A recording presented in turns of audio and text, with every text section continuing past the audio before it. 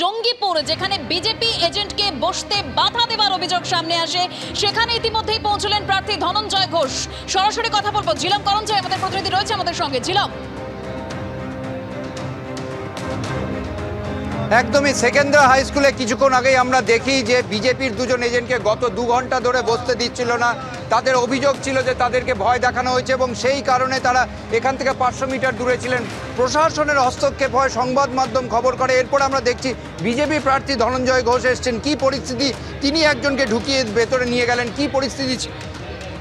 देखिए यहाँ সেকেন্দ্রা গিরিয়া অঞ্চলের যেভাবে বিভিন্ন দলের বিরোধীদের বাধা দেওয়া হচ্ছে, সারা রাত্রি ধরে এই তৃণমূলের গন্ডা বাহিনী এবং এই থানার আইসি একসঙ্গে দলবদ্ধভাবে দলদাস তৃণমূল।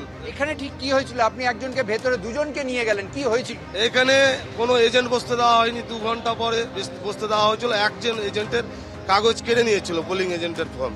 সেটা আমি নিয়ে এসে তাকে ধরে এলাম এবং এখানকার যে আধিকারিক যারা, তাদের আমরা বলে এলাম আমার পোলিং এজেন্ট বসান, না বসলে আপনার দায়িত্ব পুরো, এটা বলে এলাম। এবং যেখানে যেখানে পোলিং এজেন্টকে বাধা দেওয়া হচ্ছে, থ্রেট করা হচ্ছে। একটু আগে দেখলেন সুতিতে কি হয়েছিল? সুতিতে আপনার সঙ্গে গন্ডগোল হলো বছর। জঙ্গিপুর বিধানসভা, ওটা 44 নম্বর বুথ, ওটা মিরেরগ্রাম বুথে। সেখানে ব্লক সভাপতি, টিএমসির ব্লক সভাপতি, বিগত দিনে সে একজন মার্ডারার একজন। সে একজন 2টো বুথে পরপর পঞ্চায়েত ইলেকশনে কোনো প্রার্থী হতে দেয়নি বিরোধীদের। 21-এর বিধানসভায় কোনো এজেন্ট বসতে দেয়নি। আবার সেই একই কায়দা, উনি ওখানে এজেন্ট বসতে দেবে না এটা ভেবেছে। এবং 50 ফুটের মধ্যে উনি কোনো পোলিং এজেন্ট নয়, কোনো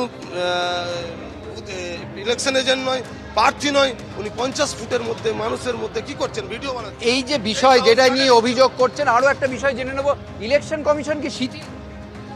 ইলেকশন কমিশনার ঠিক আছে, রাজ্য পুলিশ ভুল পথে পরিচালনা করার খুব চেষ্টা করছে।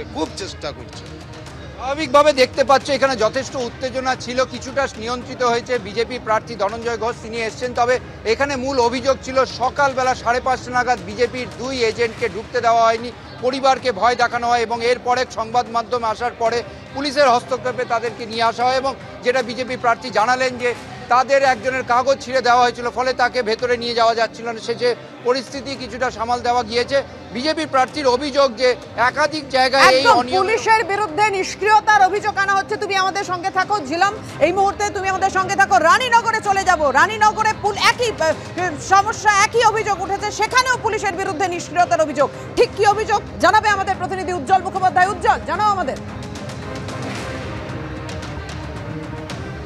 হ্যাঁ দেখো, সেটা হচ্ছে যে এই যে বুথটা রয়েছে তুমি দেখতে পাচ্ছ, ভেতরে ভোটিং চলছে এবং এই সামনে তুমি দেখো ন্যূনতম যে নিয়ম কানুন আছে, 200 মিটারের মধ্যে কেউ থাকতে পারবেন না, এখানে দাঁড়ানো যাবে না, এই কোনো নিয়ম কানুন কিন্তু মানা হচ্ছে না। এবং বারবার এই অভিযোগ উঠেছে যে এখানে ভোটারদের এসে বাধা দেওয়া হচ্ছে। কি অভিযোগ করছে সেটা, এবং বারবার কিন্তু এই অভিযোগ উঠছে যে একেবারে বুথের সামনে লোক জড়ো হয়ে দাঁড়িয়ে রয়েছে এবং এইখানে যারা পারছে তারা ভেতরে আসছে। এবং আমরা কিছুক্ষণ আগে দেখলাম এখান থেকে সামান্য 100 মিটার দূরে সেখানে তৃণমূল কংগ্রেসের পতাকা নিয়ে প্রচুর মানুষ তারা দাঁড়িয়ে রয়েছেন এবং তাদের বিরুদ্ধে অভিযোগ উঠছে যে তারা নিয়ন্ত্রণ করছেন, তারা ভেতরে যেতে পারবেন। দেখুন এই বুথের সামনে কিন্তু এই চেহারা হয় না। সাধারণত আমরা দেখেছি যে বুথের সামনে একটা কড়া নিরাপত্তা থাকে, সেন্ট্রাল ফোর্স তারা সক্রিয় থাকে, কিন্তু এখানে সেন্ট্রাল ফোর্স অন্তত বাইরে তাদের কারোর দেখা পাওয়া যাচ্ছে না। সামনে যে পুলিশ বাহিনী রয়েছে তারাও কার্যত নিষ্ক্রিয়, কাউকে এখান থেকে সরাতে দেখা যাচ্ছে না।